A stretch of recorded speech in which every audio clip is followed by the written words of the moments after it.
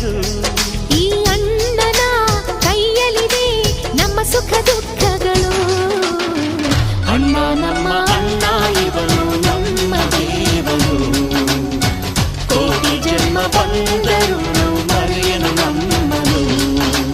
ತಿಂಗಳ ಬೆಳಕಿನ ಅಂಗಳದಲ್ಲಿ ಅರಳಿದ ಪ್ರೀತಿಯ ಸಂಚಾರ, ದೇವರೇ ಬಂದರು ನಾಚಲೇಬೇಕು ಸ್ವರ್ಗವೇ ನಮ್ಮ